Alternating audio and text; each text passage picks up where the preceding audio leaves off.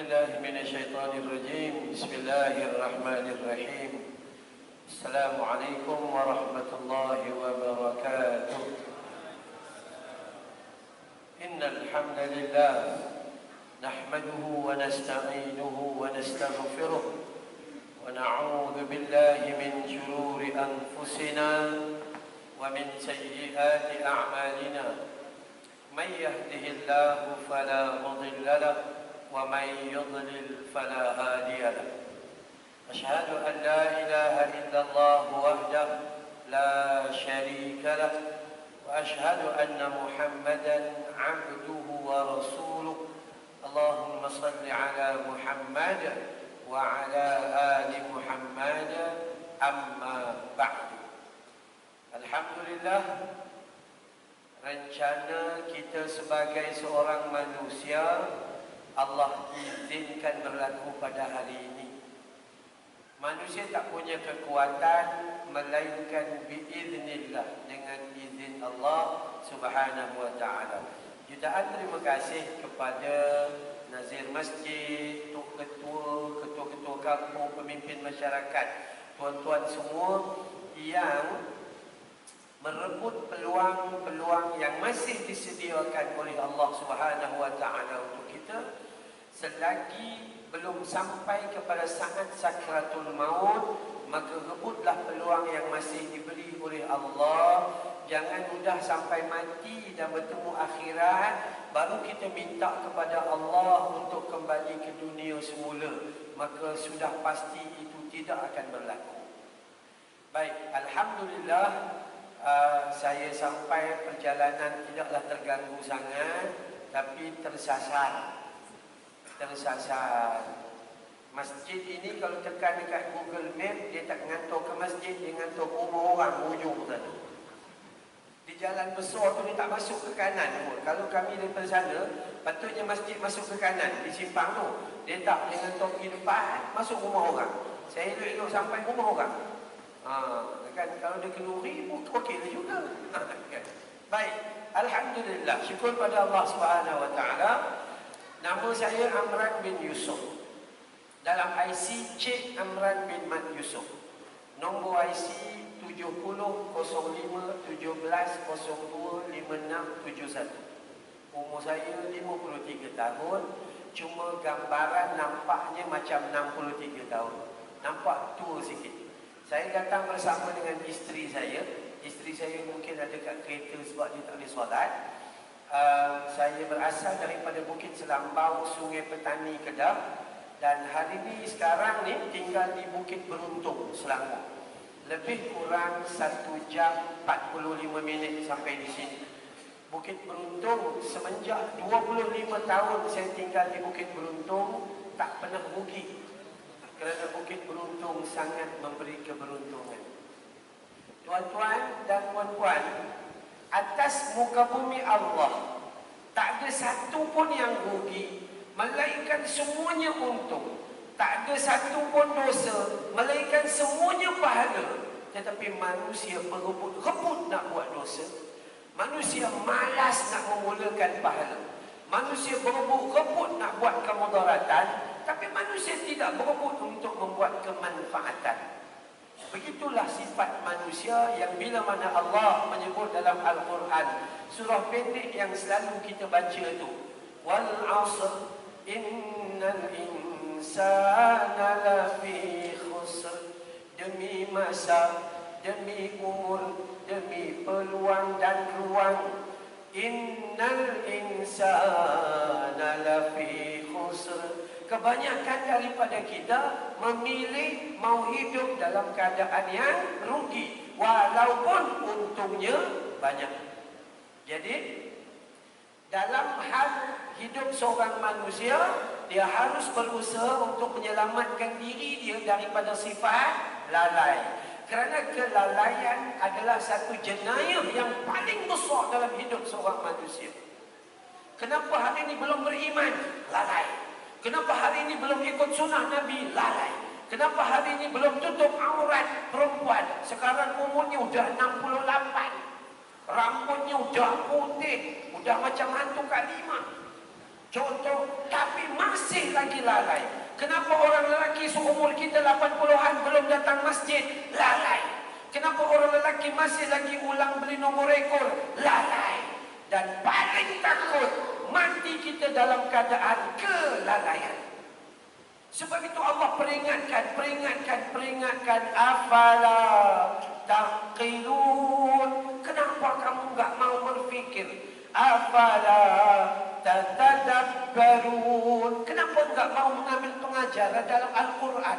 Allah tanya afala. Kenapa? Karena sifat manusia itu selalu seronok memilih kerugian, walaupun keberuntungan berada di keliling kehidupannya. Contoh, ini belum start, ini baru mukadimah. Ya, kan? Contoh.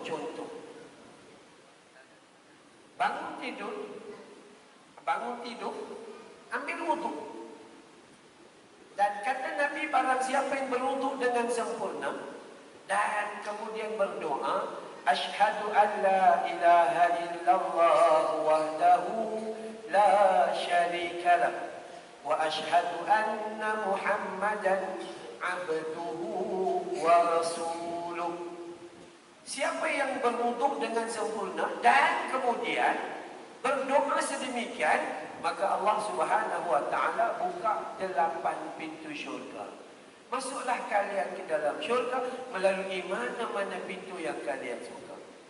Dalam tawaran yang begitu besar, berapa ramai manusia yang berebut-rebut nak baca doa selepas wudu, dan berapa ramai manusia yang sampai tua belum hafal-hafal. Iya sungguh, cukup dahsyat. Itu doa wudu. Pagi tadi bangun tidur lepas azan subuh, Nabi kata apa? Raka'atul fajri khairum minad dunya wa ma fiha. 2 rakaat solat sunat subuh itu lebih baik dari dunia dan seisinya. Berapa kerat manusia yang buat, dan jutaan manusia meninggalkan tawaran Allah tanpa rasa rugi. 2 rakaat salat sunat subuh selepas azan subuh, sebelum solat subuh, hanya 2 rakaat yang ringkas. Allah kata apa? Khairum minad dunya wa ma fiha. 2 rakaat itu lebih baik dari dunia dan seisinya. Tapi manusia itu nyombong, takabur, bongkar. Itu sifat manusia. Allah tawarkan pada kita, hayya 'alas salat,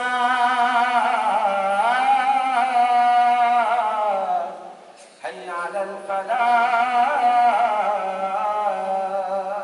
Salat jamaah 27 kali ganda, tapi kita tenang aja di rumah salat sendirian, memilih satu saja. Bukankah itu kejahilan dan kebodohan dan menunjukkan kesombongan kita kepada Allah Subhanahu wa taala? Datang ke masjid untuk solat jemaah dan pulang dari masjid, Allah ganjarkan kepada kita khulfatum minal jannah. 2 taman yang dibina di dalam syurga. Taman-taman itu dia punya pohon-pohon masak ranum sedia dimakan, tapi manusia tidak berebut untuk menikmatinya. Allah sediakan saf yang pertama. Kata Nabi, jika kamu mengetahui besarnya pahala duduk di saf yang pertama, maka kamu akan berebut-rebut untuk buat cabutan undi, walaupun terpaksa merangkak duduk di saf yang pertama. Berapa ramai manusia berebut, dan berapa ramai manusia yang tenang aja berada di belakang, tak rasa apa-apa. Iya, itu kita sebenarnya. Maka, tuan-tuan dan puan-puan, Maulidur Rasul bukan sekadar menjadi sambutan, tapi harus menjadi sebuah penghayatan di dalam kehidupan. Ingat Nabi bukan setahun sekali. Lebih buruk perangai kita, contoh termasuk saya sebut kita macam mana? Tuan-tuan perasan tak? Sebelum kita sambut Maulid, kita sambut apa? Awal Muharram.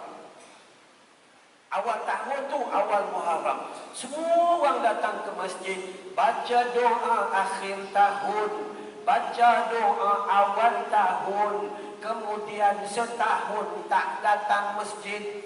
Oh, rupanya ulang banyak tahun dah. Begitu juga perangai kita. Jadi kita ni sebenarnya bohong je dengan Allah Ta'ala. Kalau siapa yang buat begitulah. Nah, sambut maulid. Ada perarakan tak di sini? Tak ada. Alhamdulillah. Yang ada pun gaul, kencing manis, darah tinggi, udah tak perlu perarakan. Tapi tak apalah kalau nak berarak pun. Setiap tahun berarak ni bagai nak arak, tapi perangainya macam tu juga. Contoh, 12 Rabiul Awal semua orang datang ke masjid penuh parking. Datang dengan baju pengantin, siap samping macam dengan nazir kita tu. Macam pengantin. Ada yang pakai jubah Al-Haramain beli di Madinah.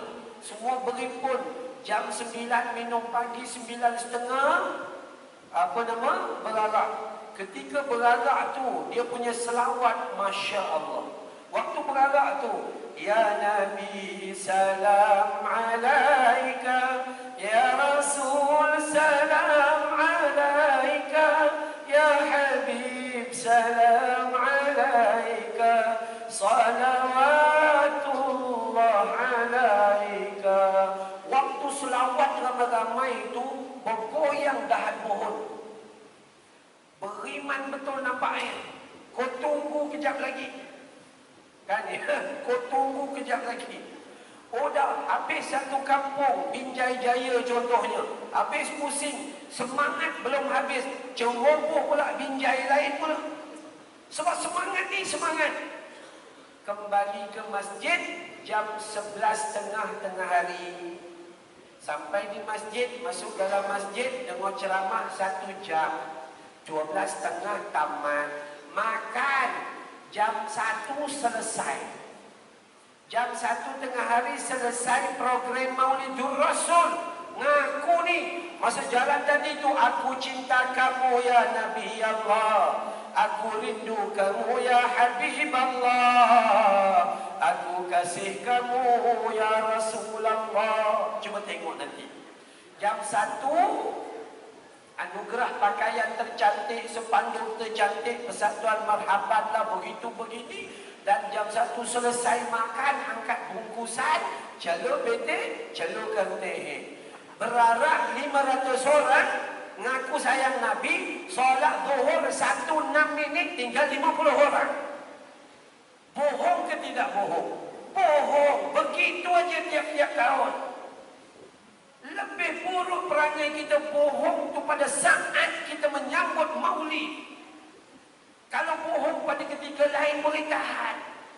Tapi bohong, lafaz selawat yang datang dari mulut belum datang dari akal fikir yang bernas dan belum datang daripada hati yang suci. Inilah yang terjadi pada setiap tahun. Malah lebih buruk, belum makan udah bungkus. Belum makan udah bungkus. Ada orang pernah tanya dalam TV, dalam program kami di TV, Ustaz, apakah hukumnya membungkus makanan ketika majlis di masjid? Apakah hukumnya? Hukumnya haram. Haram bila mana? Haram bila mana masjid buat makanan itu kepada orang yang hadir ke masjid untuk dimakan. Ini kita tidak, belum makan sudah bungkus. Bungkus untuk bini, bungkus untuk anak, bungkus untuk cucu yang tidak hadir. Jangan. Melainkan nadir kata, okey, makanan ada lebih, maka siapa nak buat balik bungkus, bungkuslah yang itu. Maka kena hati-hati. So kita tak nak menyambut dan habis, sambutan dan habis, sambutan dan habis, kita tak nak. So apa ni? Habis mukadimah baru nak start. Lama juga mukadimah ya. Baik. Apa yang kita nak start? Saya nak kongsi satu hadis riwayat Imam Muslim dalam Sahih Muslim. Nabi SAW perkara paling awal adalah Nabi menguruskan hal-hal silaturahim, jangan berpecah antara kita umat Islam. Di situ gambaran kejayaan Islam. Sebab apa? Kata Nabi, ketika kalau kamu hidup di akhir zaman, kamu akan jumpa terlalu banyak ikhtilafan kathiran, perselisihan pendapat dan pergaduhan yang terlalu banyak. Dan Nabi pesan, kembalilah kepada sunnahku, kata Nabi. Maka Nabi mengajar kepada kita untuk kita sama-sama menjaga hak sesama Muslim. Nabi menyebut dalam hadis yang sahih riwayat Imam Muslim, haqqul muslim 'alal muslim sittun. Hak di antara sesama umat Islam ada 6 perkara yang perlu kita tunaikan. Kalau diabaikan, maka akan berlaku perpecahan, dengki mendengki, hasad dan sebagainya dalam perhubungan sesama umat Islam. Dan akhirnya umat Islam tak jadi kukuh. Ya, tak jadi kukuh, berpecah belah dan sebagainya. Apa hak yang perlu ditunaikan? Hak, ya, bukan perkara biasa ni, hak. Kalau kata hak, apa maksudnya? Di akhirat dia layak tuntut dengan kita. Yang pertama sekali, Nabi tak suruh solat tahajud, tak. Nabi tak suruh pergi haji, belum. Yang pertama sekali, kalau nak jaga kesinambungan silaturahim, jauh daripada dengki dan iri hati, Nabi kata afsyus salam, sebarkan salam.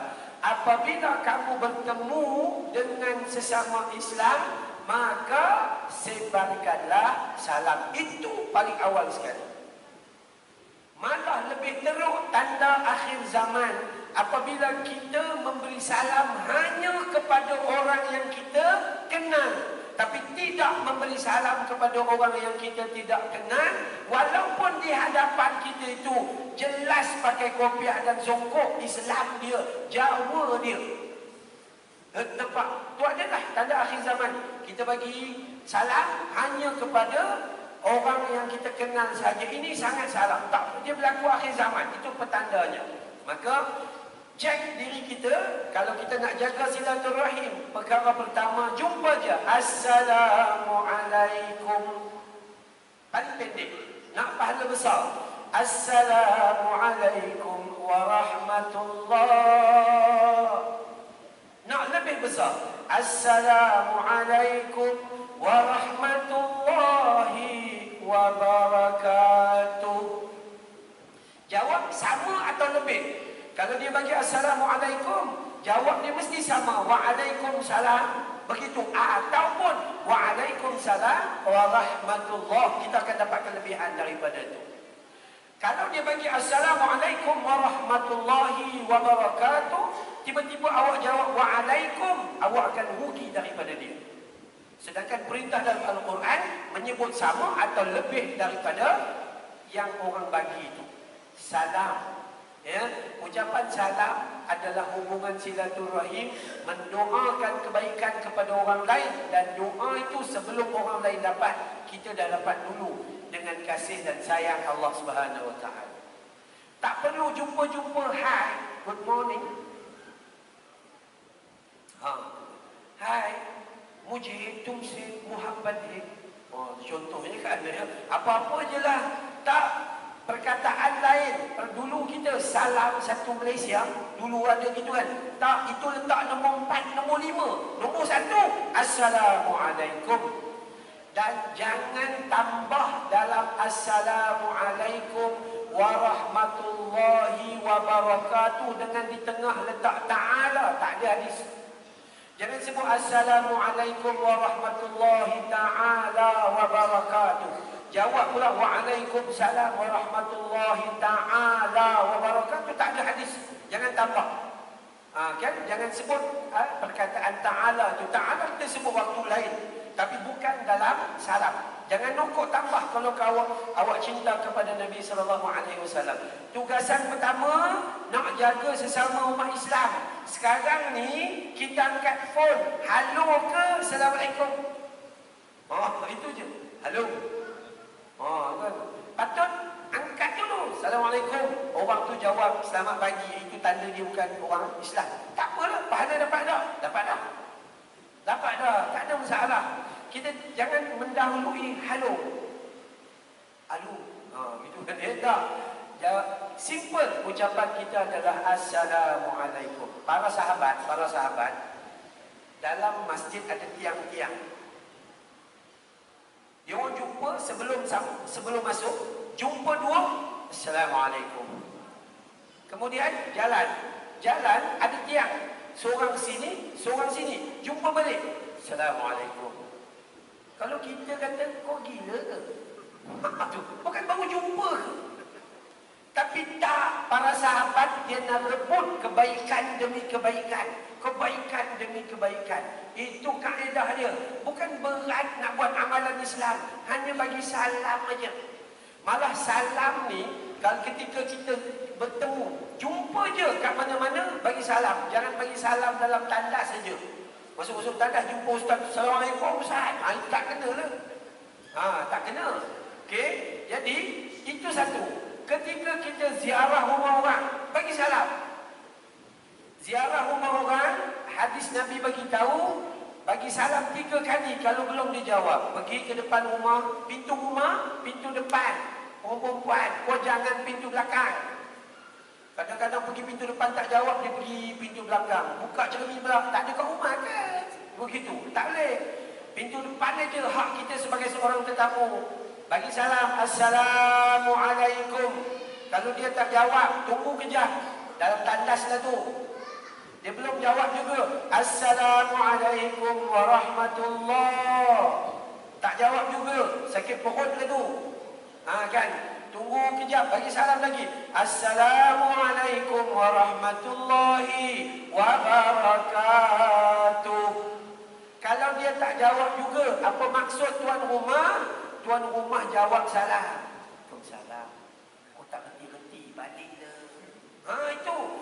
Tuan rumah layak tidak menerima tetamu pada saat dia tidak bersedia menerima tetamu. Dia tengah sakit perut, tengah bergaduh suami isteri, anak buat perangai. Tiba-tiba awak pergi nak minum kopi. Tak ada harapan. Boleh tak kita tak terima tetamu? Boleh. Ketika saat kita belum bersedia, itu hak sebagai tuan rumah. Okey? 3 kali je bagi. Lepas tu jangan bagi lagi dah. Assalamualaikum, Assalamualaikum, Assalamualaikum, Assalamualaikum. Selipar ada, tosikal ada ke tidak? Itu tak boleh. Jangan tekan tuan rumah. 3 kali tak jawab, calur betul, calur kertil. Balik. Terus balik. Itu salam. Dan salam juga bukan hanya diberi kepada orang hidup, malah kepada ahli kubur. Lalu sebelah kubur, pandang tengok kubur, Assalamualaikum. Mencukupi pada hakikatnya. Niat bagi salam kepada ahli kubur. Nak bagi elok sikit, Assalamualaikum ya ahli kubur. Kita Jawa tapi nak cakap Arab, boleh juga. Kan? Nak lebih baik, Assalamualaikum ya ahli diyar minal mu'minin wal muslimin. Nak lebih sempurna, Assalamualaikum ya ahli diyar minal mu'minin wal muslimin wa inna insya'allahu bikum lahiqun. Salam sejahtera kepada penghuni taman-taman orang Islam dan orang beriman. Sesungguhnya tak lama lagi kami akan menyusul kamu. Doa tu yang tak berani baca. Baca-baca, menyusul sungguh. Itu. Jadi sebenarnya baca je. Doa itu salam. Tuan-tuan, itu bagi kepada orang meninggal dunia itu atau tanah perkuburan. Kaedah tanah perkuburan ni macam ni. Yang Nabi ajar, kita pergi sampai je. Parking je kereta kita di luar parking tanah perkuburan. Itu kan ngadap tanah perkuburan. Terus bagi salam. Assalamualaikum ya ahli diyar minal mu'minin wal muslimin wa inna insya'allahu bikum lahiqun. Masuk. Masuk paling baik tanggal kasut dan selipar. Itu ada hadis. Nabi pernah marah kepada seorang pemuda lelaki. Celaka kamu wahai pemuda. Masuk dalam kawasan kubur dalam keadaan nyombong berbangga-bangga pakai kasut yang mahal-mahal. Pergi kubur masih nyombong-nyombong. Kenapa? Kalau di tanah Arab, kubur mereka pasir. Tak ada duri, tak ada kayu. Jadi tak ada masalah kalau nak pakai kaki ayam, tak ada masalah. Tapi kubur kita ada duri semanu, ada ranting kayu dan sebagainya. Mungkin ada batu, luka kaki. Jadi siapa yang rasa tak ada masalah, tanpa selipar lebih utama. Tinggal je dalam kereta. Tapi kalau dia takut duri dan sebagainya, maka tidak dilarang untuk dia pakai kasut. Yang tidak boleh adalah memakai kasut yang mewah-mewah dan mahal-mahal masuk ke tanah perkuburan. Selipar Dr. Kadim RM285 selipar aja. Orang perempuan masuk kubur, kasut tumit tinggi 3 inci, pijak terbenam, pijak terbenam, pijak terbenam. Lepas tu kan, tuan-tuan minta maaf lah, kita orang lelaki ni boleh tahan lagi lah. Orang perempuan pergi kubur, Allahu Rabbi, kejap ambil gambar, kejap ambil gambar, kejap ambil gambar. Tak habis-habis melampau. Kan bahaya. Orang lelaki pun jaga juga. Awak korek kubur, gudang garam tu berhenti sekejap. Gudang garam tu ijma' kata haram. Awak korek kubur tu mati. Jangan sampai lupa terhadap kematian. Tengah gali kubur dia boleh sembang lagi. Semalam siapa lawan Manchester United dengan mana? Semalam siapa lawan JDT dengan Kedah ke?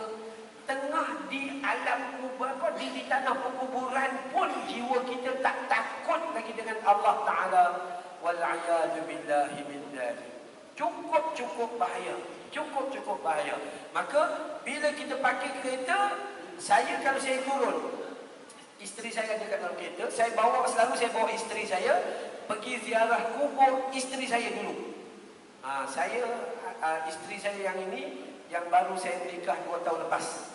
Isteri saya yang dulu meninggal akibat daripada breast cancer, kanser payudara. Kemudian saya bawa pergi ziarah, dan kebanyakannya seboleh mungkin saya tanggal selipar dan masuk. Kalau bolehlah, kalau takut kaki terluka janganlah, pergi je masuk. Sampai ke tanah perkuburan, bagi salam, dan kemudian masuk sampai ke kubur yang kita kenal, bagi salam sekali lagi. Kubur tu siapa punya? Kubur tu ayah kita punya. Assalamualaikum ya abi. Kalau kita tak pandai cakap Arab, Assalamualaikum ayah, Assalamualaikum umi. Begitu. Ada khusus hadisnya begitu. Cuma jangan tanya dia, apa khabar? Manusia, orang Melayu kan pelik. Orang Melayu pelik, tuan-tuan. Dan pelik sungguh-sungguh. Takut dengan hantu kubur. Asal mati je jadi hantu. Kau tak ingat ke kau esok lusa kau mati jadi hantu? Tak ada siapa pun jadi hantu. Paling selamat tempat adalah kubur. Sebab orang kubur bukan boleh pukul kita. Semua mati dah. Pukul kita tak boleh, ngata kat kita tak boleh, ambil kereta kita pun tak boleh. Dia dah mati. Yang jahat ni orang hidup di keliling kita ni. Ngata kat kita siang malam pagi petang. Iya sungguh. Maka jangan risau sangat dengan tu kubur, tu orang perempuan. Cukup takut. Ya Allah, saya belajar perubatan Islam dengan arwah Datuk Ismail Kamus Darussalam. Di Malaysia ni ada Darushifa paling terkenal dan Darussalam yang kedua.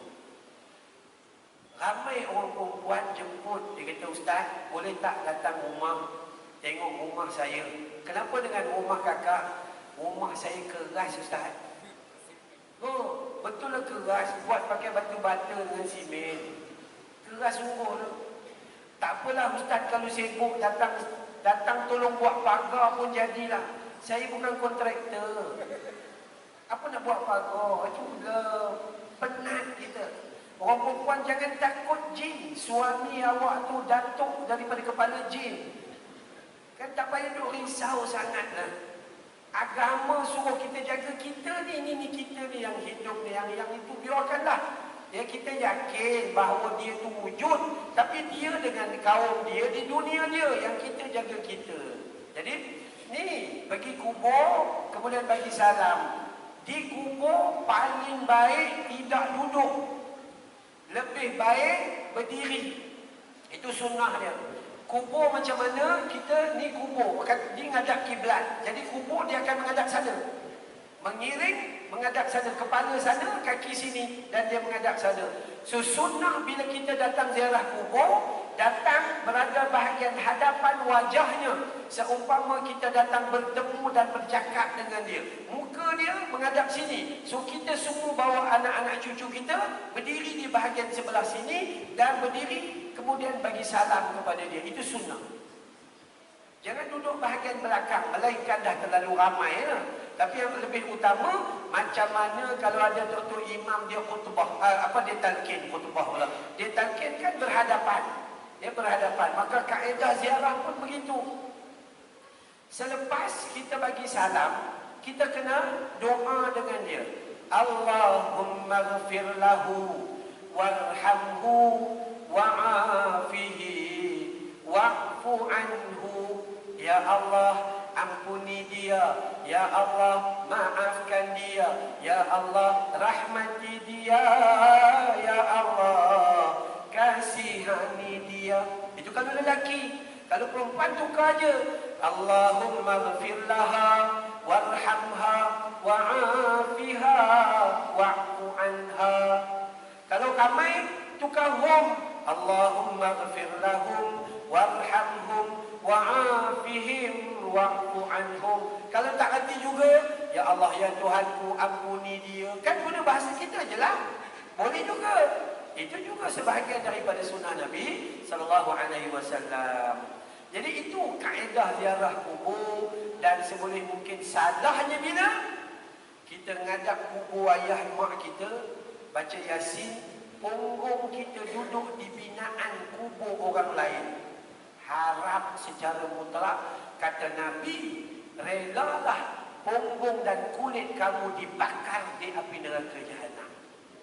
Sebab tu kalau tanya saya selalu memilih berdirilah kamu ketika menziarahi kubur, melainkan geng-geng gaul. Kalau dia gaul, tak boleh buat apa dah, kan? Tapi yang sihat, berdiri je. InsyaAllah itu kebaikan. Baik, itu selesai dalam bab salam. Itu pertama. Ceramah kita habis pukul 12 hari ni. Baik, tak apa, ceramah saya tak panjang pun insyaAllah. Baik, itu pertama. Nak jaga hubungan sesama Islam, jaga konsep beri salam dan jawab salam. Kalau yang ni hari ni tak guna, dia akan rosak. Yang kedua, kalau nak jaga hubungan sesama Islam, kata Nabi SAW dalam hak yang 6 hak ni, dalam riwayat Imam Muslim, apa kata Nabi? Yang kedua adalah penuhi undangannya. Ni di antara ramai-ramai tiba-tiba nak buat kenduri kahwin anak cucunya, dan dia tu datang dan jemput kita, maka wajib kita penuhi undangannya jika memenuhi syarat Islam. Apa memenuhi syarat Islam? Dalam dia punya majlis tidak ada benda haram. Kalau dalam kad kahwin tu pukul 10.45 baca doa, pukul 11 marhaban, kumpulan Nurul Hidayah. Contohnya kan, contoh. Sekarang perempuan marhaban, lelaki meraban. Mana ada orang lelaki marhaban sekarang, semua perempuan. Asyik nukar baju je kerja perempuan. Kan dia semua marhaban. Habis dah selesai ya. Daripada baca doa gini-gini, tiba-tiba pukul 12 tengah hari, pengantin datang dan upacara terbaru, konsert dangdut. Tiba-tiba je. Maka bila dia ada di sana, bolehlah kita untuk tidak hadir. Sebab dah terang dah kat situ. Bila ada aktiviti melalaikan, kita pergi je daripada jauh lagi. Daripada jauh. Tujhe dekha koi jana sanam. Daripada jauh. Pyar hota hai deewana sanam. अब यहाँ से कहाँ जाए हम, तेरे बाहों में मर जाए हम. No, isteri daripada dapur keluar. La la la la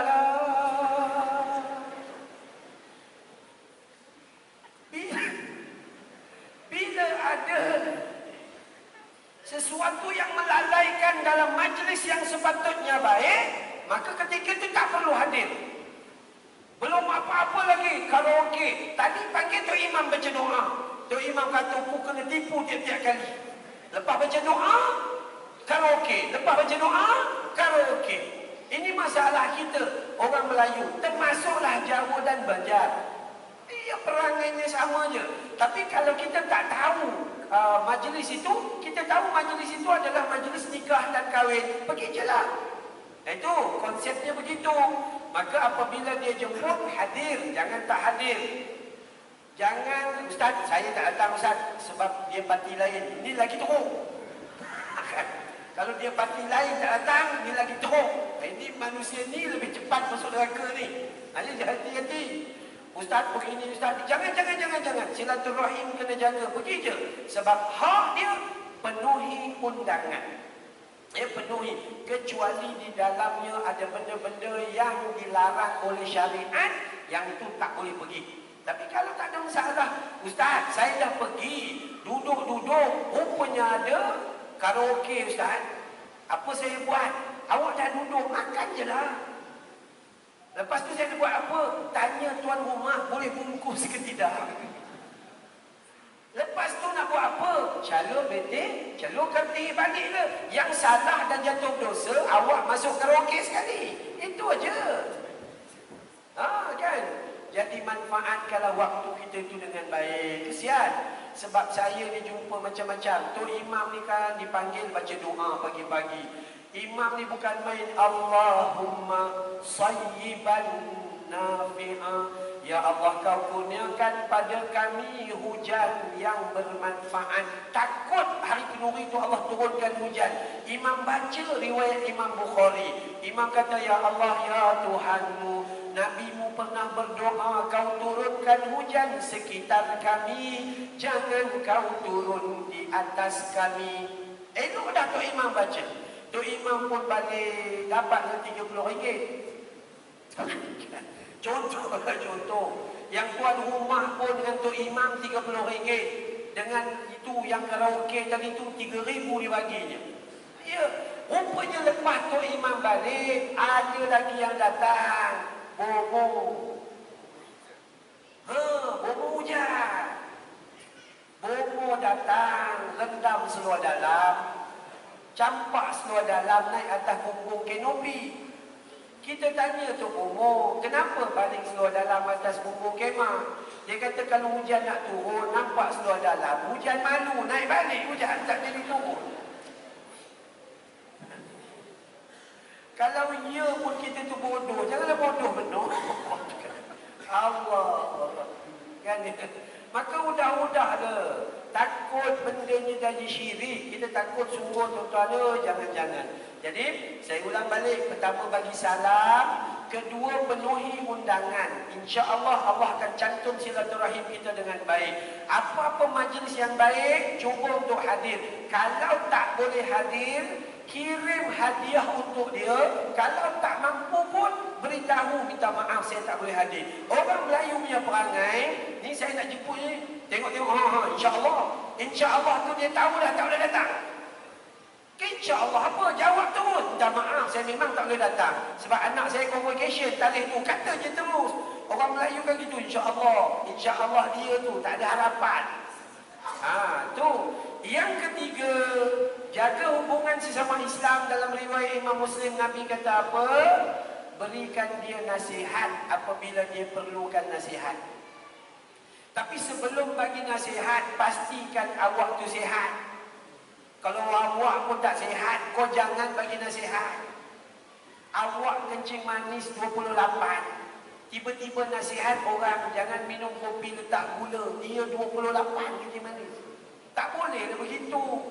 Kita dulu sihat dan kita bagi nasihat dengan baik. Dan nasihat itu seharusnya berpandukan Al-Quran dan As-Sunnah. Jangan ikut hawa nafsu kita. Jangan ikut tambah-tambah dalam bab agama. Ketika bagi nasihat, jangan kata macam ni tahu.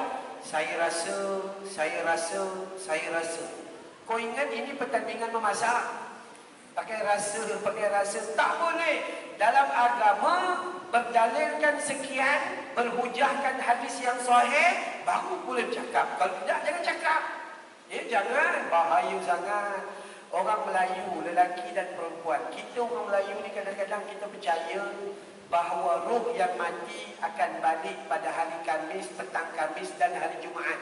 Kita juga percaya roh mati akan kembali ke dunia pada bulan Ramadan. Kita percaya roh akan berada di bumbung-bumbung rumah pada malam Aidul Fitri dan Aidul Adha. Itu adalah hadis yang palsu, sepalsu-palsunya, malah itu bercanggah dengan Al-Quran. Kalau tuan-tuan buka dalam surah Al-Mu'minun, surah Az-Zumar pada ayat yang ke-42, ya, kalau tak salah saya lah, Allah menyebut dalam Al-Quran, kita cuma orang mati ni cuma ada dua jenis roh. Roh pertama Allah pegang, kemudian Allah lepaskan di siang hari. Ni kita yang masih hidup. Ketika tidur Allah pegang roh kita, ketika bangun Allah masukkan roh kita balik. Itu satu roh. Satu roh lagi Allah pegang dan genggam, dan Allah tidak akan melepaskannya ketika melainkan sampai pada hari yub'atsun, pada hari kebangkitan, hari kebangkitan, hari mahsyar nanti. Roh kita, dia tidak boleh bergentayangan pulang ke Banting, pulang ke Bukit Beruntung. Tak boleh. Ini semua pembohongan dan tidak berpandukan hadis yang sahih. Jangan abaikan ilmu yang sahih. Paling sangat-sangat takut. Tuan-tuan pernah dengar, perempuan pernah dengar tak cerita Maulidin Rasul? Banyak ustaz dan ustazah cerita tentang seorang pemuda yang dia minta kepada Nabi nak balas dendam balik untuk pukul belakang Nabi SAW. Namanya Ukasyah. Ukasyah, ya. Ukasyah ni orang yang hebat, orang yang mati syahid, orang ikut berperang, perang Badar, perang Uhud, perang Khandaq dan sebagainya. Ukasyah adalah seorang pemuda yang Nabi jamin dia masuk syurga bi ghairi hisab wa bi ghairi adab, tanpa azab dan hisab. Tapi manusia mengambil namanya, kemudian buat satu hadis palsu, ya, dan kemudian diriwayatkan oleh Imam Tabrani. Kemudian kononnya Nabi minta kepada siapa-siapa yang nak balas dendam balik, kod-kod saya berhutang, Nabi kata, sebelum aku mati balaslah dendam balik. Ukasyah pun bangun, ya Rasulullah, ketika tuan satu ketika dulu pernah berkuda dan tuan pukul kuda dan belakang tu kena dengan belakang saya. Dan hari ini saya nak balas dendam balik, saya nak sebat belakang Rasulullah balik. Rasulullah berdiri dan kononnya Rasulullah berdiri, buatlah. Tak. Ketika saya disebat, ketika itu saya tidak berbaju, saya nak Rasulullah buka baju. Ketika itu semua orang dengar cerita berleleh-leleh air mata.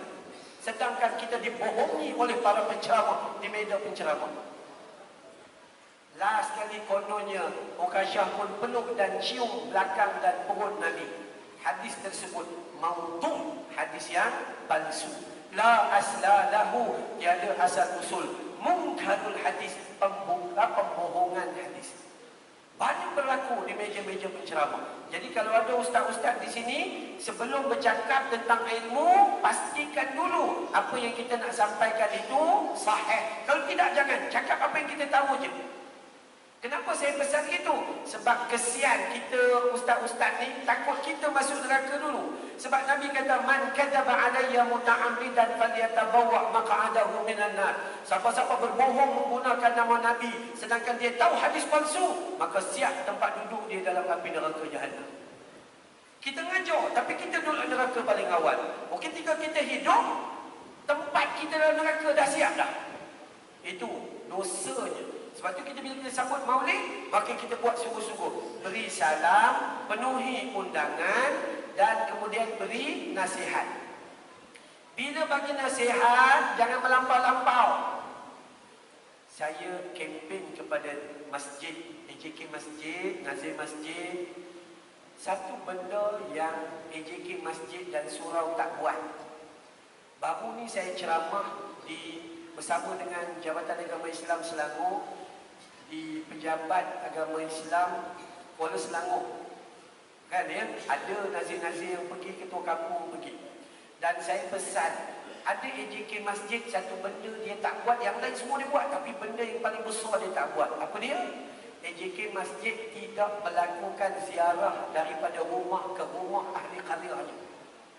Dia jaga masjid, kemudian dia buat banner besar-besar, kemudian dia panggil orang datang ceramah. Itu aja.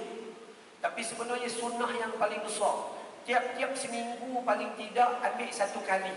Satu kali pergi ziarah mana? Ziarah ahli qaryah kita. Jadi sebulan dapat 4 kali.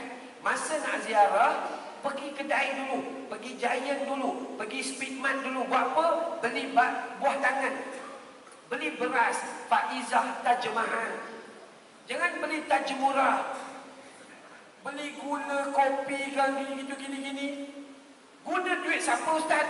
Duit masjid. Duit masjid orang derma bukan untuk disimpan. Ada masjid dan surau suka simpan duit. Tengok dalam tabung, 1.2 juta. Kerana duit masjid. Orang kadang-kadang AJK masjid, dia rasa duit tu macam duit mak dan bapak dia.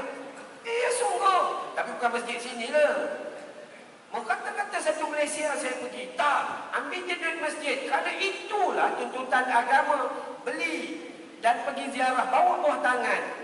Tapi jangan lupa ketika bawa buah tangan, ada satu kertas A4 paper, print peringatan kebaikan solat jemaah, bubuh nombor telefon, pengurusan jenazah, bubuh nombor telefon nazir, apa sebagainya lah, bubuh jadual pengajian ziarah. Rumah siapa yang paling mula-mula kita kena ziarah, wahai AJK?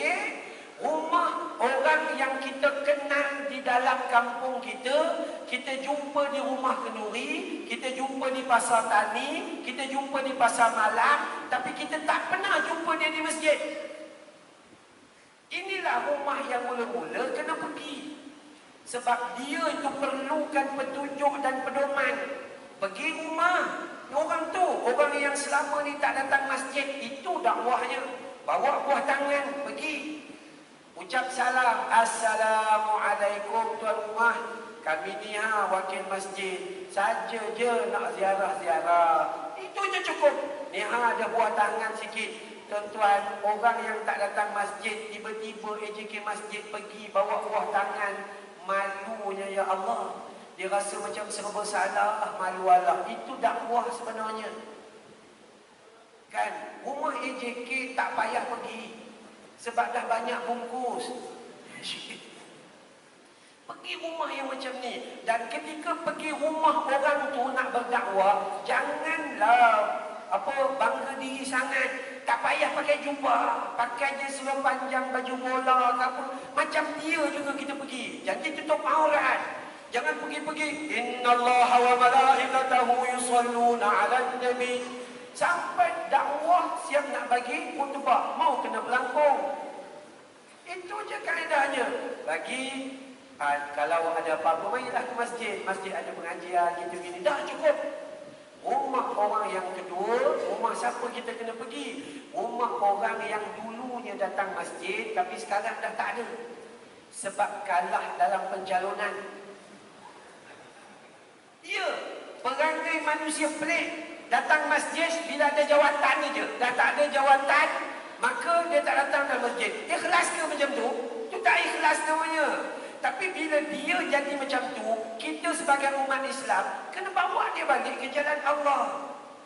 Bawa dia datang balik, pergi ke rumah dia, pujuk dia, bagi salam, kawan balik. Alah, kawan sekat situ je, itu je. Udah, cukup, selesai. Bagi buah tangan juga dengan dia. Nah, rumah orang yang ketiga, kenapa? Masa itulah pergi cari rumah orang susah, rumah orang sakit, rumah ada orang anak je nak sambung belajar di UiTM, di kolej itu, di kolej ini. Sebab perlukan duit yang banyak pada waktu peringkat permulaan, guna duit masjid bagi sumbangan. Ini masjid bagi sumbangan RM50 nak masuk UiTM.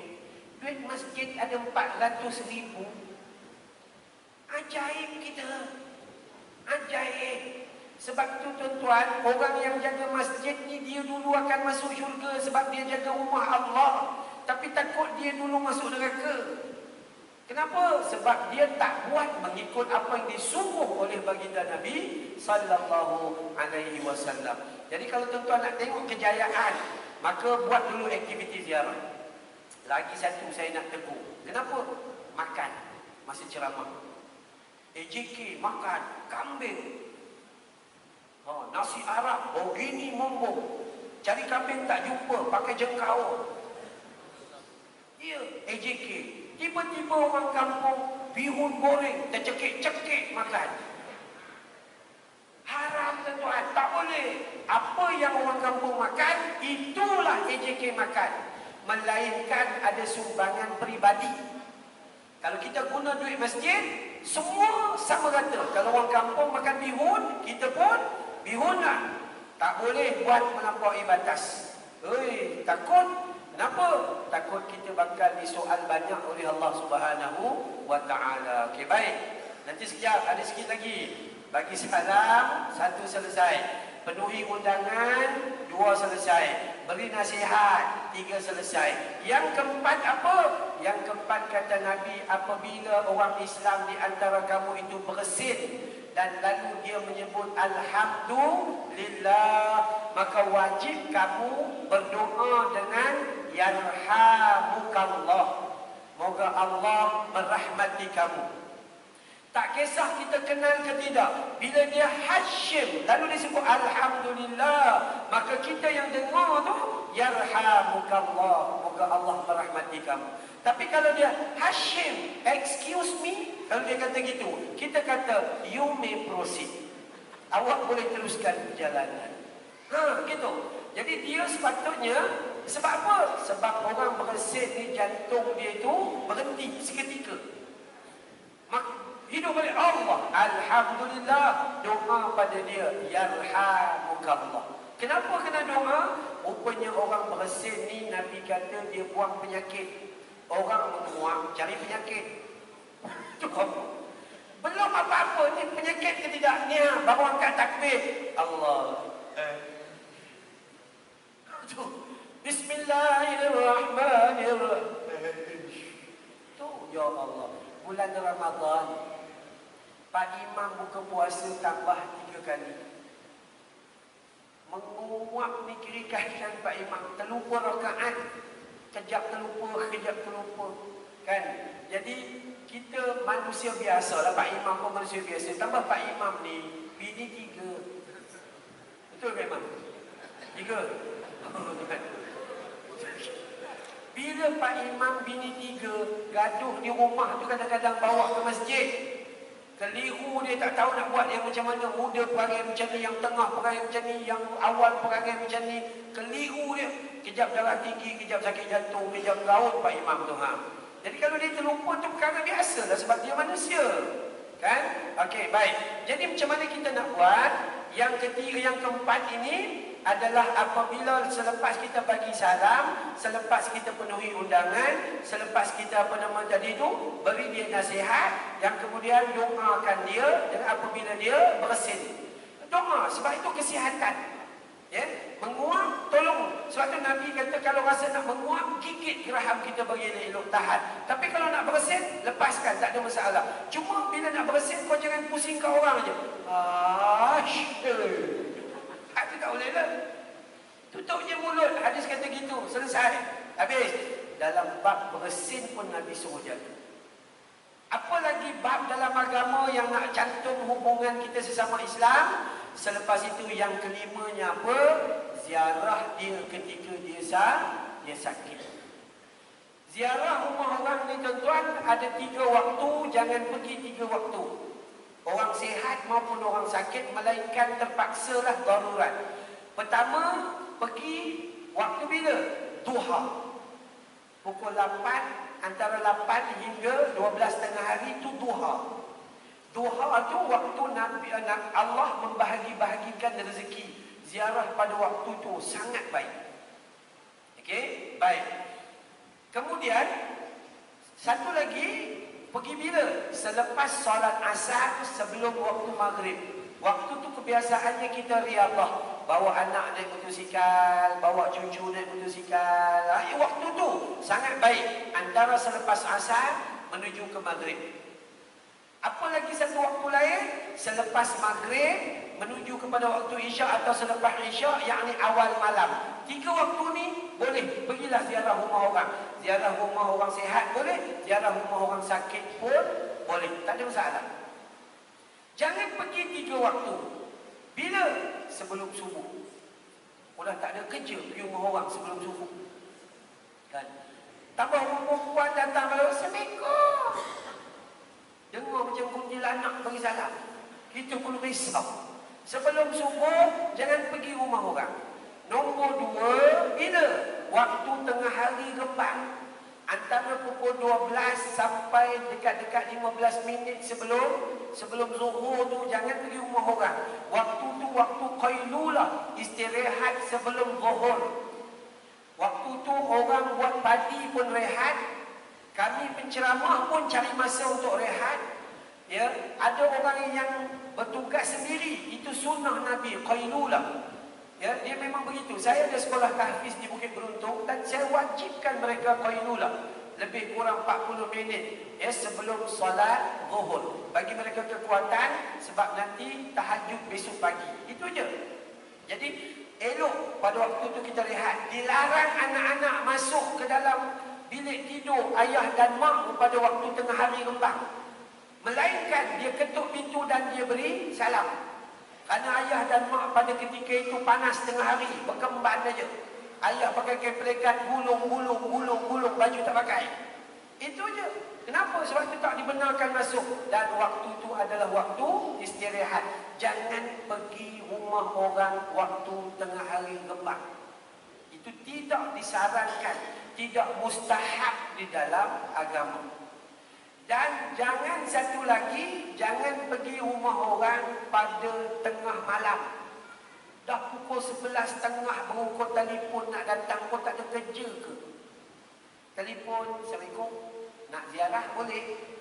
Allah, kita pula orang Melayu kan tak sampai hati nak halang. Orang Melayu ni kan kecil hati cepat. Sampai ketua tak bila nak besar hati dia tu. Kecil aja. Tu kan ya. Maka dah 3 perkara tu je. Jadi kita ziarah. Pergi ziarah. Ziarah orang sakit kena ada ilmu. Apa ilmunya? Ambil tahu dulu kondisi pesakit itu. Contoh, pesakit tu kencing manis dah tak ada meter boleh cek dah. Cek tu dah tak ada nombor dah. Maka waktu ziarah bawa buah tangan, jangan bawa musangking. Kawan tu kencing manis 38, kau bawa musangking. Musangking pula siap kopek bubuh dalam bekas buah plastik. Satu ulas, begini besarnya. Dia tunggu je kita balik. Dia bukan pantang, tapi dia pantang jumpa dan pantang nampak. Kita balik aja, zam, 1 ulas musangking. Elok kita sampai di rumah, anak dia telefon, pakcik, abah dah tak ada. Musangking punya racun. Jadi bila nak ziarah rumah orang, paling bagus sekali adalah air zam-zam. Dia tak bagi kesan apa, melainkan manfaat. Hadis sahih, Nabi kata apabila kamu minum zam-zam, maka kamu niat di dalam hati, maka dengan izin Allah air zam-zam akan berfungsi mengikut apa yang kamu niatkan. Sudah, selesai. Itu je. Apa nama ni? Habatus sauda, jangan bagi. Terutama bagi orang yang penyakit panas. Habatus sauda, bukan. Ini pun satu juga kadang-kadang orang tak mengaji hadis. Habatus sauda, kononnya hadis tu menyebut, sesungguhnya habatus sauda itu merawat semua penyakit, melainkan asam, mati. Baca hadis tu bagi habis. Baca tengok hadis tu, lokasi dia turun di mana dan bila dia turun. Dia turun ketika penyakit sejuk menimpa penduduk pada ketika itu. Jadi habatus sauda ni panas. Bila penyakit sejuk yang melampau menyebabkan orang sakit, makan habatus sauda, dia akan stabilkan kepanasan badan dia. Awak demam panas, makan habatus sauda, 2 kali tambah panas. Bukan semua boleh makan gitu. Kurma. Nabi kata barang siapa yang makan kurma 7 biji setiap hari, terutama kurma ajwa, maka akan dibebaskan baginya penyakit-penyakit yang besar.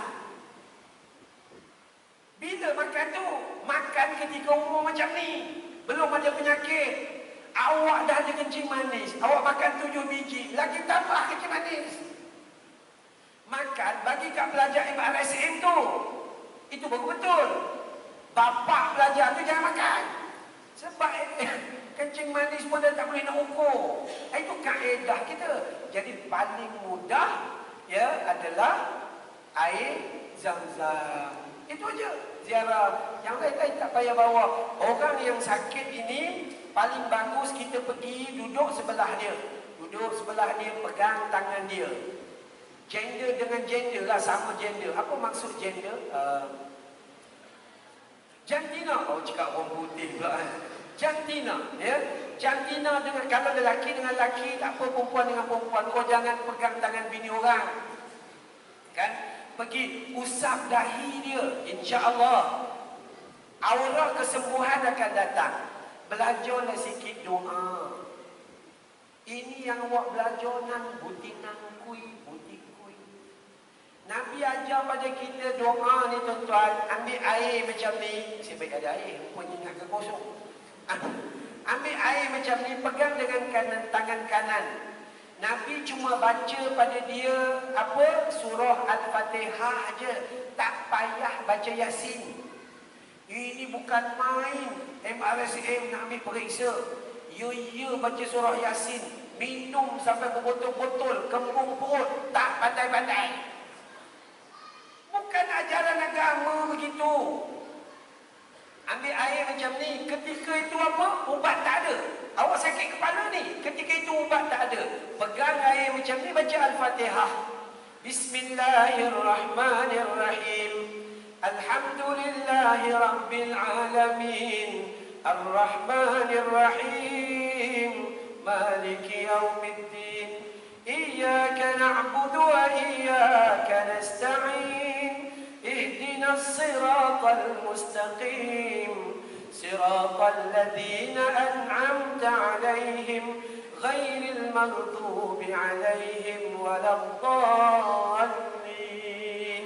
Tarik nafas dan tiup panjang. Habis. Jangan begini. Itu nang butinang. Kemudian bagi orang tu minum atau kita sendiri minum. Minum. Bagaimana cara minum? Begini. Tunjuk. Mula-mula Bismillah dan minum sekali. Kemudian lepas Alhamdulillah. Ambil nafas baru Bismillah dan kemudian Alhamdulillah. 3 teguk. Yang teguk yang ketiga boleh habiskan. Tak ada masalah. Kemudian buat apa? Yang kedua, tuang di tapak tangan. Lalu sapulah di kepala kita yang sakit tu. Itu kaedah dia. Baca, minum dan kemudian sapu dengan doa dan harapan agar Allah menyembuhkan sakit kepala kita tu. Itu kaedah yang Nabi ajar. Ustaz, lepas sapu, start kereta, pergilah hospital sebab berenang. Usahalah minum ubat. Begitu. Sebab itu saya marah kepada ibu bapa dan guru-guru yang mengajar anak dengan cara tak betul, anak murid dengan cara apa? Elok ni sekolah MRSM kita tahulah semua orang pandai-pandai. Sekolah-sekolah biasa di kampung kita ni kan, semua himpun air di dalam dalam sekolah tu dihimpun tak tahu berapa ratus botol. Memang sepanjang tahun examnya semua merah. Semua merah, periksa je merah. Kau ingat selepas minum tu tiba-tiba boleh dapat A ke? Islam agama bukan agama miracle. Islam nak kita berdoa dan berusaha. Bukan jenis begitu zam-zam, Allah kazam. Tak, bukan. Islam bukan begitu. Doanya tidak, baju buku tidak, grup study tidak, tahajudnya tidak, lawan mak bapaknya ya banyak, lawan guru lagi banyak. Macam mana nak berjaya dalam kehidupan?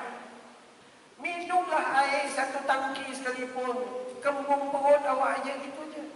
Tu.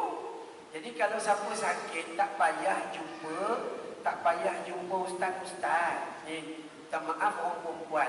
Kalau awak rasa macam ada gangguan dalam rumah, bacaan dalam hadis cerita paling baik untuk menyelamatkan rumah tangga dan ahli keluarga kita adalah surah Al-Baqarah. Itu termaktub dalam hadis riwayat Imam Muslim. Atau adik-adik perempuan yang biasanya kalau duduk asrama ni macam-macam orang perempuan, yang lelaki jin tak datang sebab dia lagi jin daripada jin. Kan ya? Kadang-kadang saya pergi asrama tu memang jumpa lah. Maka adik-adik perempuan atau siapa-siapa lah yang duduk di rumah, duduk di bilik dan rasa macam ada gangguan. Maka baca surah Al-Baqarah. Baca surah Al-Baqarah. Dan ada makcik-makcik kata, Ustaz, boleh tak saya nak panggil Ustaz yang dekat masjid kami datang baca kat rumah? Saya kata tak payah. Kenapa tak payah? Sebab Ustaz tu di rumah dia boleh tak baca. Dia baca rumah awak sebab awak bagi 1,500 je. Itu aja. Jadi surah Al-Baqarah baca daripada ayat pertama sampai ayat 286 ayat. Dah, baca. Alhamdulillah. Kata Nabi, kalau Al-Baqarah dibaca dengan niat yang suci, maka Allah akan mengeluarkan segala kejahatan daripada dalam rumah tu. Allah benteng kejahatan di luar tak boleh masuk, malah tidak dapat dijangkaui oleh ilmu sihir. Adik-adik yang ada penyakit panic disorder, anxiety, adik-adik perempuan, orang lelaki tak ada masalah. Orang lelaki kan dia tak ada masalah, orang perempuan anxiety, bila ada tekanan dia begitu dan dia macam-macam, sehingga dah kadang-kadang dia jadi lupa diri dan sebagainya. Maka amalkan dengan surah Al-Baqarah. Amal aja, baca sikit, tambah lagi, baca sikit, tambah lagi. Paling bagus sekali baca, selesaikan. Tempoh 2 jam, habis 3 juzuk. Ustaz, boleh pasang handphone ke tidak? Itulah perangai kita. Nak selamat, tapi malas nak baca. Itu pun bahaya juga. Kan? Dia kata, Ustaz boleh tolong baca lah. Yang sakit dia, Ustaz pula nak kena baca. Kan tak kena gaya. Sekolah tahfiz saya tuan-tuan, adalah ramai orang jemput. Tak ramai pelajar pun, 20 orang pelajar perempuan, 25 orang pelajar lelaki. Ramailah orang jemput. Ustaz, boleh tak bawa anak-anak Ustaz ni datang rumah? Kenapa? Inilah meniaga tak berapa untung sekarang ni. Boleh kata rugi je lah. Jadi anak-anak kita pergi baca Quran, yang tuan rumah gudang garam. Itu yang jadi masalah kita. Kan? Itu kan perniagaan kita. Kita je lah yang baca. Lebih buruk perangainya. Yang panggil kita tu syarikat jual sate. Ternama lagi. Sedap satenya, besar-besar. Tapi bila anak-anak kita datang baca, anak-anak berangan nak makan sate. Rupa-rupanya dapat bihun je. Kan? Bihun pun, fish cake, fish ball pun tak ada. Toge je. Tapi MRSM lain. MRSM saya dengar kata 6 kali ke satu hari makan. Betul ke? 5. Kurang 1 je. 5 kali makan MRSM. Kalau tak pandai juga tak tahu tu. Sungguh. Saya ceramah juga kat MRSM ni, tapi di sini belum pernah lagi. Banyak tempat yang saya pergi. Jom kita nak perhati ya Allah tu. Tuan-tuan, kita sendiri pun kalau komplain lah, rezeki tak ada. Ada seorang kakak tu tanya, Ustaz, saya ni semenjak kahwin 18 tahun yang lepas sampai sekarang ni ekonomi ni masalah Ustaz. Rezeki ni kurang. Saya kata, akak ni terlupa tengok apa yang dah ada kot. Akak tengok yang belum ada. Ustaz, apa yang saya ada saya nak tengok, mana ada apa-apa. Kita pula yang dimarahin. Tak, akak terlupa. Apa yang terlupa? Akak masa kahwin hari tu berat 48, sekarang dah 88. Mana datang berat tu? Bukan rezeki ke? Itu manusia Allah. Nah, sebab itu jom kita belajar untuk mencari kebaikan. Yang sakit tadi tu bagi bantuan, datang ziarah dia, doa dia. Doa itu yang tadi Al-Fatihah. Ada doa lain tak? Ada. Allahumma adhibil ba'sa rabban nas, ishfi wa anta syafi, la shifaa illa shifauka, shifaan la yughadiru saqama. Atau orang yang ada penyakit memang tak boleh baik. Macam mana buat? Pegang aja tempat dia sakit, sentuh tapak tangan kanan kita. Sekali lagi, gender bukan janda.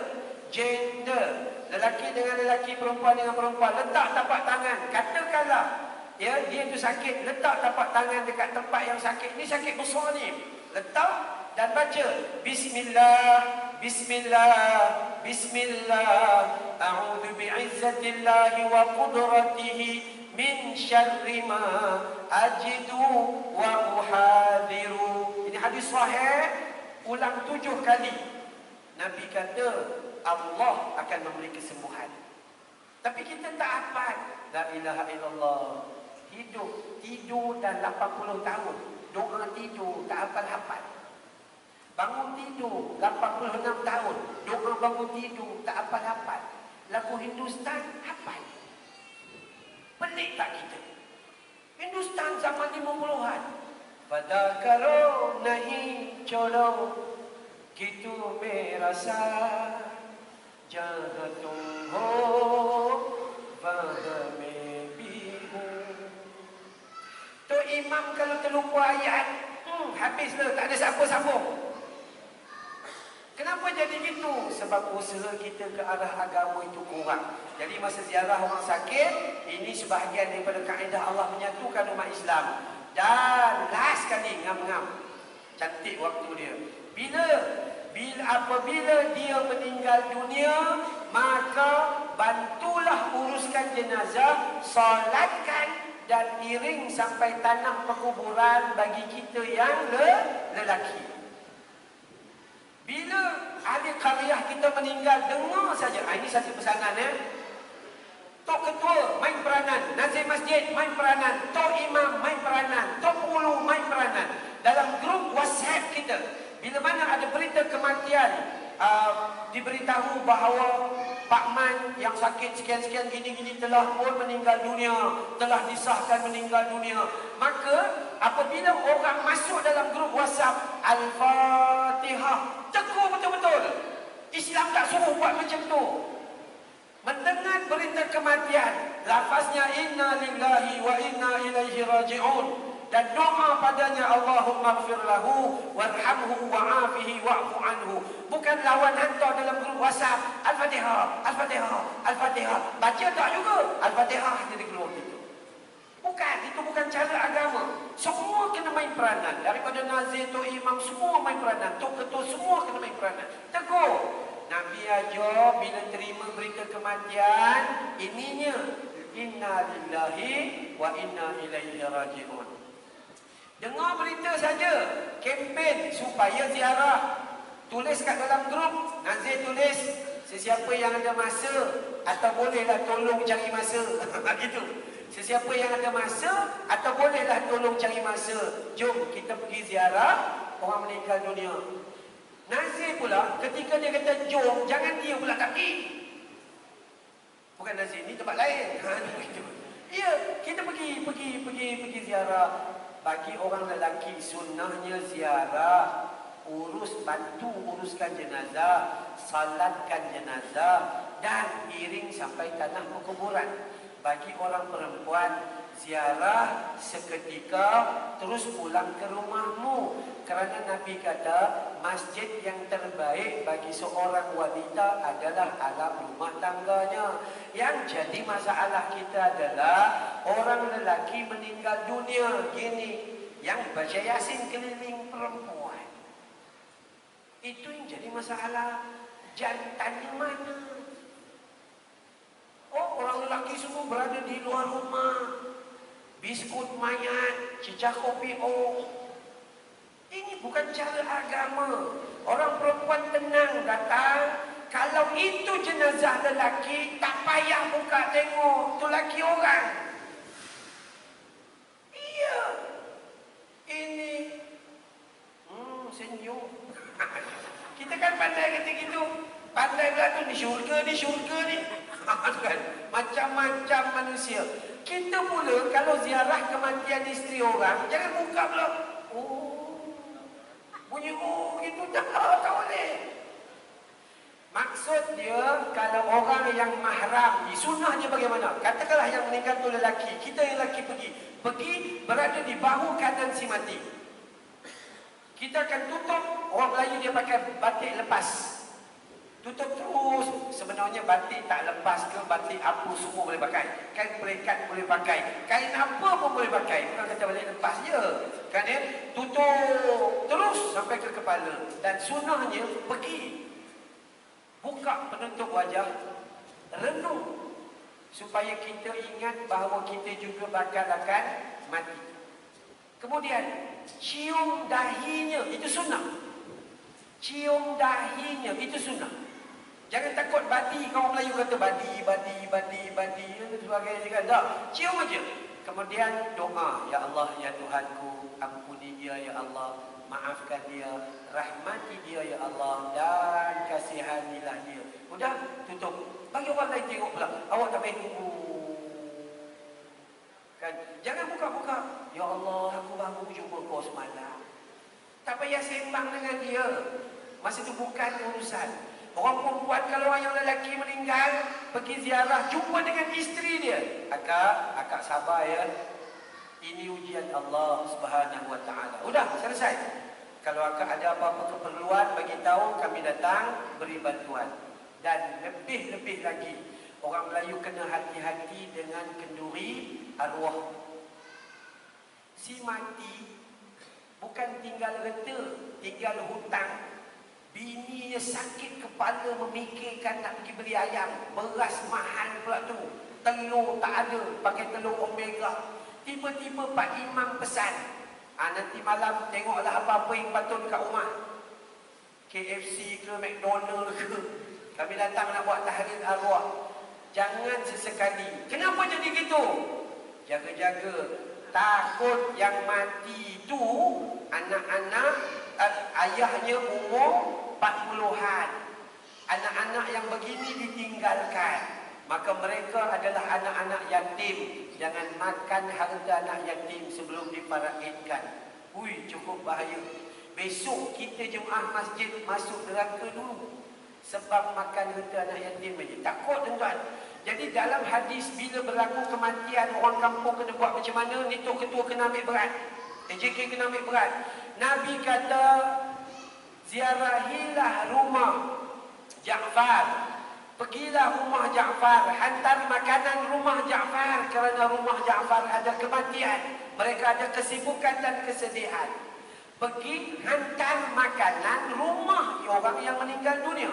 Jadi tu imam hantar, AJK hantar, siapa-siapa je lah yang niaga hantar makanan. Ni kita tidak. Rumah Ja'far, ada orang meninggal, jom pergi makan. Pelik, memang pelik. Tak kena langsung. Kita tak payah bercakap tentang soal bid'ah atau tidak bid'ah, tapi cakap tentang manfaat atau mudarat. Jangan beban. Bini si mati tu goreng ayam, meleleh-leleh air mata. Pak Imam dua tangan ram. Mana hati tak ada jiwa langsung Pak Imam. Ini yang lain. Betul. Lepas tu ada kewajiban pula tu. Malam pertama, malam kedua, malam ketiga, begini. Tak, dalam agama tak. Bila kita nak buat kenduri, tiba-tiba lah lepas 2-3 bulan teringat ke arwah, maka buatlah kenduri, bagilah orang kampung makan. Bolehlah, bacalah doa, apalah salahnya. Tapi bila kita menetapkan mesti malam pertama, mesti, yang tak boleh.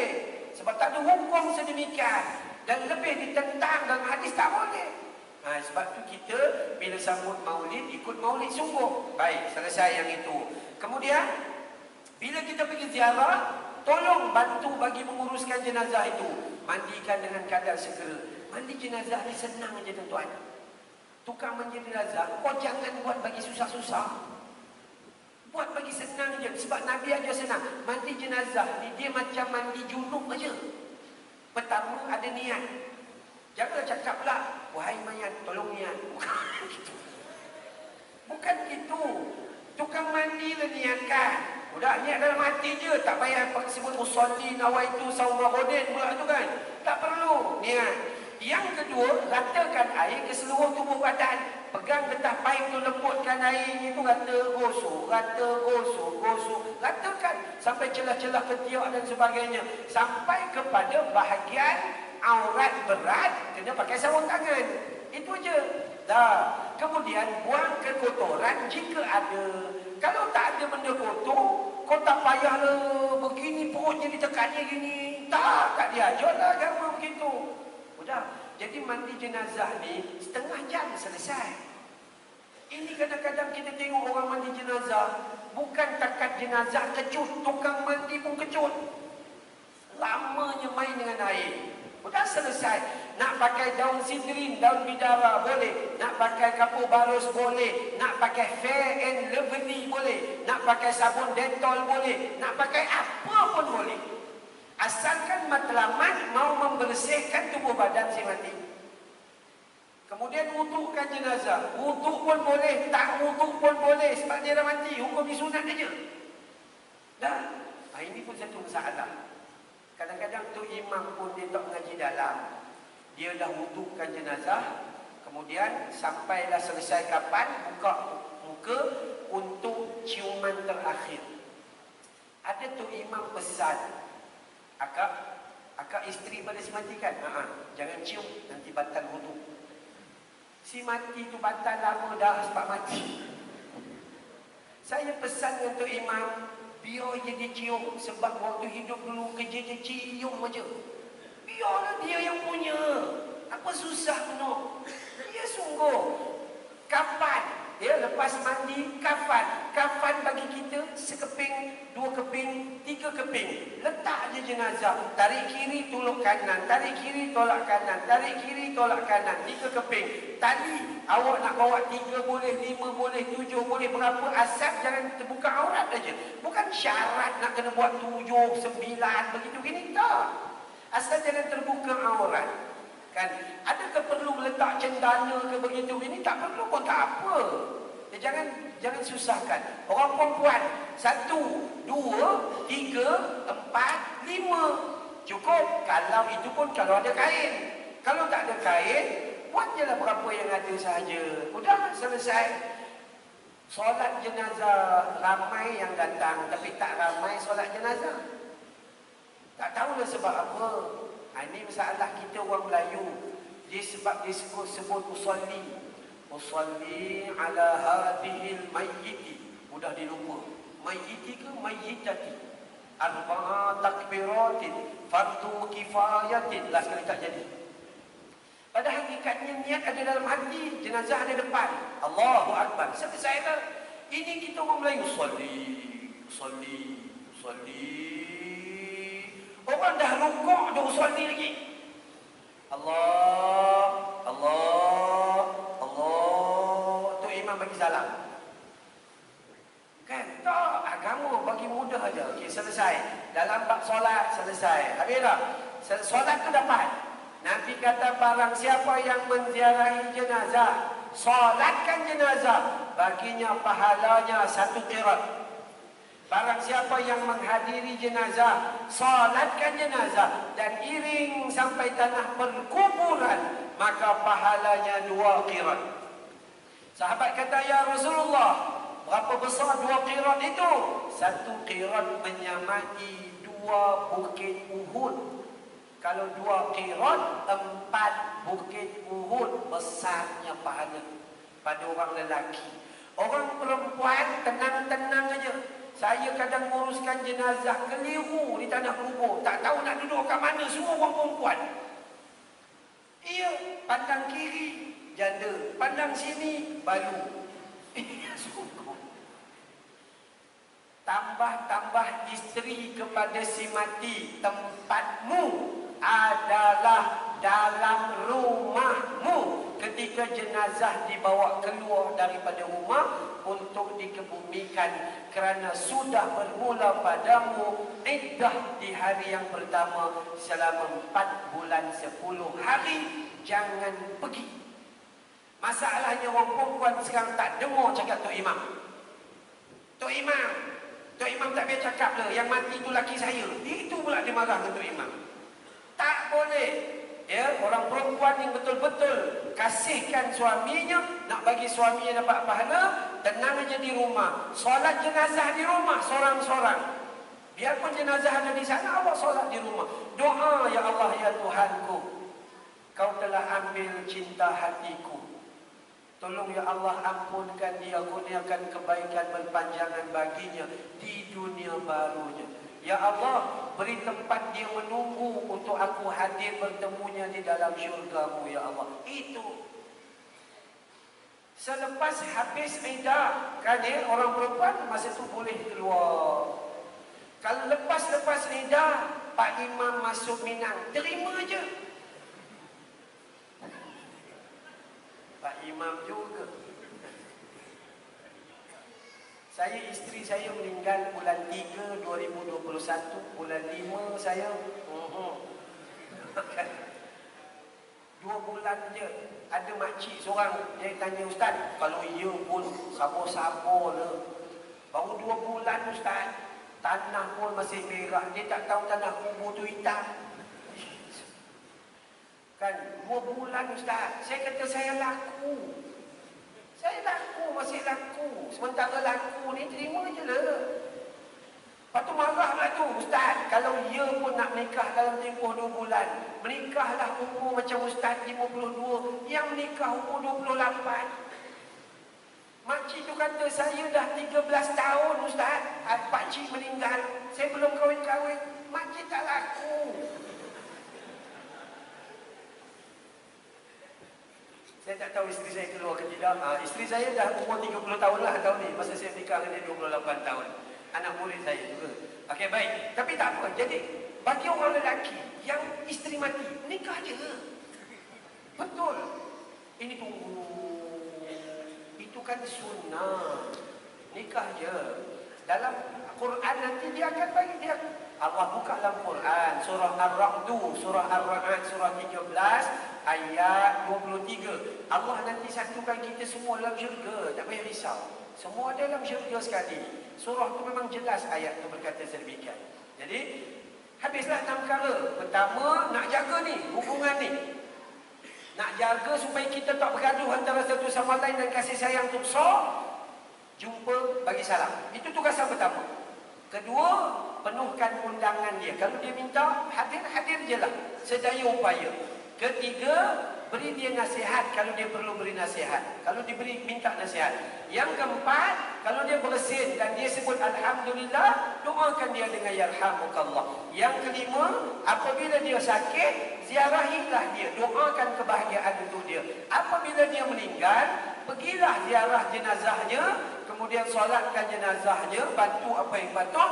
Dan si lelaki seperti kita, iring sampai ke tanah kubur. Terutama pemimpin masyarakat. Pemimpin masyarakat, nazir masjid, tok ketua, tok pengulu. Jangan hanya jumpa pada majlis-majlis tertentu saja, tapi turunlah pada majlis-majlis ibadah yang besar. Pergilah ke tanah perkuburan. Kenapa? Sebab mengajak masyarakat supaya mengambil keperluan dan mengambil kemahuan di dalam sunnah baginda Nabi sallallahu alaihi wasallam. Wallahu a'lam. 1-2 soalan, silakan sebelum saya tutup. Saya tambah petrol sekejap.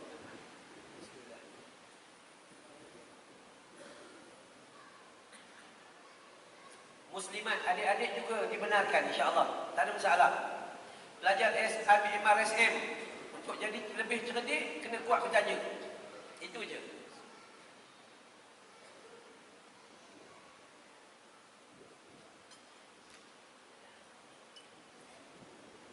Tak ada. Nampak macam faham. Nampak le. Gini ni tuan-tuan, kita ni penutuplah penutup. Dia begini sebenarnya. Dalam pengajian Quran, dalam pengajian ilmu lah. Apabila kita datang dan duduk dalam majlis ilmu, itu menunjukkan kita itu pandai. Kenapa? Sebab kita memilih tempat yang betul dan tempat yang manfaat. Cukup. Ada orang datang-datang dengar ceramah, baru faham. Keluar karang makan, udah lupa. Itu perkara biasa. Itu perkara biasa. Maka kita usaha je. InsyaAllah, pihak masjid usaha je buat kebaikan. Terutama yang tadi. Buat ziarah dari rumah ke rumah. Jadi, tak jadi, berjaya atau tidak, Allah tak mau tengok. Yang Allah nak tengok usaha kita dalam melakukan urusan tersebut. Ya, sampai di sini dulu. Bismillahirrahmanirrahim. Alhamdulillahirabbil alamin. Wassalatu wassalam ala sayyidil mursalin wa ala alihi wa sahbihi ajma'in. Ya Allah, ya Rahman, ya Tuhan kami, ampuni dosa kami ya Allah, dosa ayah dan ibu kami ya Allah, dosa pasangan hidup kami ya Allah, dosa anak-anak dan seluruh ahli keluarga kami ya Allah. Ampuni dosa guru-guru kami ya Allah, dosa umat muslimin wal muslimat yang hidup maupun telah meninggal dunia ya Allah. Bantu kami dalam kami mengingatimu ya Allah. Bantu kami dalam kami bersyukur padamu ya Allah. Bantu kami dalam kami memperbaiki amal ibadah terhadapmu ya Allah. Rahmati qaryah kami ya Allah. Berkati qaryah kami ya Allah. Lindungi qaryah kami dari musibah dan bala bencana ya Allah. Wa sallallahu ala Muhammad wa ala alihi wa sahbihi wa baraka wa sallam. Walhamdulillahi rabbil alamin. 1 minit saya terlupa. Sekadar minta izin kepada Nazir dan TJK malam ini kalau siapa-siapa yang ada hajat atau teringin nak menghulurkan derma kepada pusat tahfiz saya memang bila ceramah saya war-warkanlah. Kalau siapa-siapa yang ada hajat untuk derma, beri sumbangan dan sebagainya, saya harap sangat-sangat moga-moga Allah kurniakan kebaikan dengan derma dan sumbangan tuan-tuan. Sebagaimana Allah satukan kita malam ini dalam taman syurga, dengan derma itu moga-moga Allah pertemukan kita nanti dalam Jannatul Firdaus. Amin ya rabbal alamin. Saya tak bawa tabung kecuali pihak masjid yang uruskanlah. Subhanakallahumma wa bihamdika asyhadu an la ilaha illa anta astaghfiruka wa atubu ilaik. Wabillahi taufiq wal hidayah. Wassalamu alaikum warahmatullahi wabarakatuh.